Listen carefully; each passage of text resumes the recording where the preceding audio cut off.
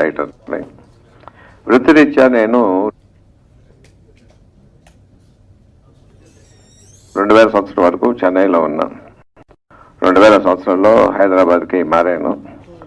అనుకోకుండా ట్రైన్లో నాకు సుతాల్ అశోక్ తేజ గారు కలిశారు.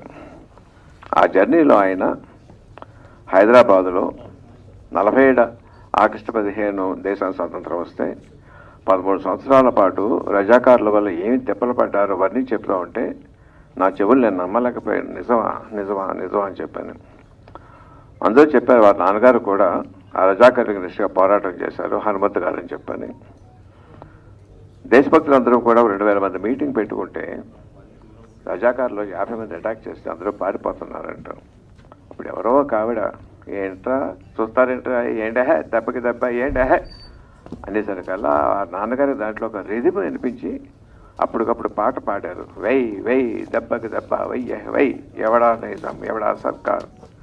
ఆ పాటకి పాడిపోతున్న వాళ్ళు ఆవేశం వచ్చి తిరిగి రజాకారు తరిమి కొట్టారని చెప్పారు నాతోటి. చాలా థ్రిల్లింగ్ అనిపించింది. వచ్చిన కొత్త నాకు పెద్ద పని ఉండేది కాదండి. స్కూటర్ తీసుకుని ఎక్కడితో నిజాం హైదరాబాద్ స్టేట్లో ఏదో విలేజెస్కి వెళ్తూ ఉండేవాడిని. అక్కడ వాళ్ళ తాలూకు అనుభవాలు వింటూ ఉండి ఒళ్ళు చెల్లించిపోతూ ఉండేది. అలా చూస్తుంటే ఒకసారి నిజామాబాద్లో కిల్లా అని ఉందండి కొండపైన. అక్కడ వెళ్తే దాశరథి గారు రాశారు, నా తెలంగాణ ఒకటి రతనాల వీణని చెప్పని.